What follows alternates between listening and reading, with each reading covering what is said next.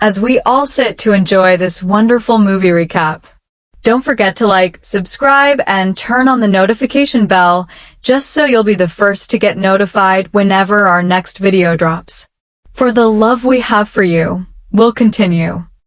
Cardinal Lawrence is on his way to the church. The Pope has recently passed away. He joins the other cardinals and they make a prayer. The holy seat of the Pope is now vacant and they are in need of a Pope. Lawrence meets his best friend Aldo and asks how it happened. Aldo replies it's a heart attack. The Pope knew that his life would end soon but did not let anyone know. All the cardinals join to make a detailed statement of the Pope's passing since rumors pass through very quickly. Adami and Trembly are there and they decide for the conclave to elect the next Pope. Lawrence is given the duty to run the conclave. The late Pope's body is taken away and his room is officially sealed. From the next morning, the conclave is being prepared, and the hall is being sealed from all outside noises. He reads all the names of the candidates for the Pope from different countries or ethnicities that will arrive by the next day. All the cardinals have arrived, and as Lawrence and Aldo have met, Lawrence personally tells him that he is going to vote for him and declares that a lot of them will vote for him. Although Aldo has doubts that he is not worthy enough, Lawrence tells him otherwise. Aldo leaves saying it is still better to be him than Tedesco, who approaches Lawrence and they have a little fun chat. Lawrence tells Aldo that he had wanted to resign, but the Pope refused it. Aldo also knows that Lawrence has lately struggled with his faith as the Pope had told him. The Pope had also lost his faith in the church previously. Back at his office, Lawrence is met by Archbishop Wozniak. Wozniak is worried and tells him that he has kept a secret for him because Cardinal Trembly has asked him to. He says that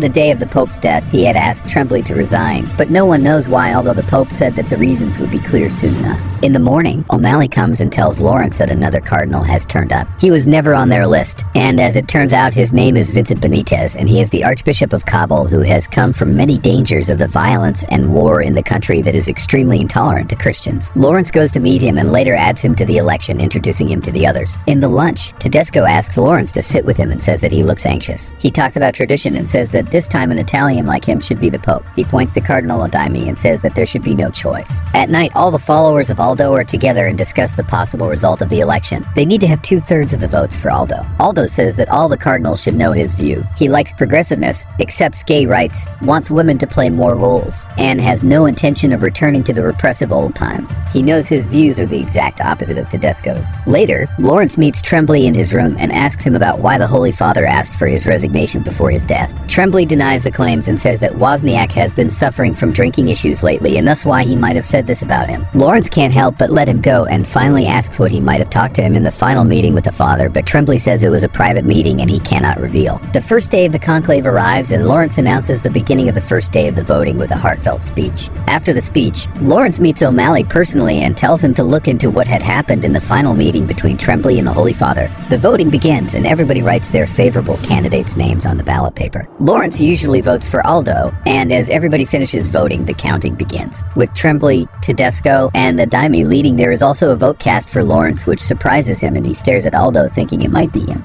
The counting ends with Adami having the most votes, but it is still far from enough votes to become the Pope. The voting is declared to be reconducted the next morning. Later, as Lawrence talks to O'Malley about Trembly's resignation, he tells him that he has come to know about a report that has been kept secret. At the bus, Lawrence and Mandrove worry about the current situation of the vote and hope to get the favor for themselves. After the evening, Lawrence talks to Benitez, and after some usual chatter, he asks who he voted for. Benitez says that he has voted for him, which shocks and surprises Lawrence, and he tells him that he is not a serious candidate. He also adds that after the conclave, he hopes to resign from his position. Lawrence meets Aldo and regrets that the few votes cast on him have jeopardized his stage. Aldo is worried that both Tedesco and Adami cannot win since they have a regressive mindset and that it is a war they must fight. Lawrence tells him that he has no desire to become the Pope, but Aldo knows it to be false. At night, Lawrence hears a woman screaming outside, and as he seeks to see it, he only sees a sister from behind walking away. The voting begins on the second day. Adami still leads with more votes, followed by Tedesco, and Aldo is in third place. And Lawrence has also gotten more votes than previously with having the 5th spot. And Benitez has also gotten a couple of votes. Usually, the vote amount is not close to required, so they immediately proceed for the next voting. The next result brings Adami still on top with 52 votes, much more than previously. Bellini has gotten even fewer votes, this time having the 4th spot, and Lawrence is on the 5th spot, and Benitez has gotten a couple more votes. Apparently, an explosion has occurred in the city and Lawrence demands the Cardinals not know about it since it might affect their judgment. At lunch, Adami is heard dismissing his sister and then walking away from the place in anger. Lawrence goes to meet Sister Agnes to learn about it. Agnes dismisses him that she is in her duty to take care of his sisters, but Lawrence orders her since he is in charge of everything. He meets the woman, and Agnes constantly tries to break the conversation until Lawrence orders her to leave them be. He assures the woman that she is safe and asks her to tell him anything that bothers her regarding Adami. Since she is vulnerable to speak, Lawrence asks her for her confession. Later, as we imagine she has told the truth, Lawrence goes to meet Adami. Apparently, Adami had a sexual relationship with his sister, either with or without consent, and bore a child. Lawrence warns him that such sexual scandals have no place in the conclave and he has no hope left anymore. Adami starts crying and asks him to sit and pray with him. The next vote results come out and Tremblay is leading now, with Tedesco being in the second spot, and Bellini is in the third, and Lawrence is still just after him with less than 2 votes. And Adami has gotten behind all of them with only 9 votes. Benitez has also gotten a couple of more votes. The votes are still not enough in numbers, and thus it is said to reconduct the next morning. At night, O'Malley wants to tell Lawrence about the explosion, but he refuses to hear it since it will be unfair. He also tells about a revelation of a medical treatment of Benitez that was paid personally by the Holy Father. However, they don't worry about it since he never went for the treatment. O'Malley also says that since Tremblay is a high candidate now, he can look for more on why he might have been asked to resign by the Pope. But Lawrence is tired of finding secrets from his colleagues and doesn't want to do it anymore. At night, on their personal meeting, Aldo says if it goes on like this, the conclave will go on for weeks, which will make Tedesco win, and Tremblay is better, so they can shift for the least worst option. Lawrence is not fond of this idea, but Mandroff says that there is no way they can find a candidate with no dark past. Therefore, Aldo leaves saying that they will all support Tremblay in the next vote. Lawrence goes to meet Benitez and asks him to stop voting for him and vote for Cardinal Tremblay, including asking his supporters to do the same. But Benitez says that he will not vote for a person he doesn't see worthy to be Pope, and he will only vote for him. Lawrence goes to talk to Sister Agnes, wondering who might have caused the woman to come at a destruction for Adami. Agnes leaves him a document on the desk, which after reading, Lawrence looks troubled. He immediately meets Tremblay and asks him to withdraw his name from the ballot. He says that he has come to know that the Holy Father had indeed asked for his resignation for something troubling he has done. He also knows that he had plotted to ruin the reputation of Adami. Tremblay denies all the accusations and blames Lawrence for his greed to become the Pope. Right then, Lawrence goes towards the room of the Holy Father and breaks the seal.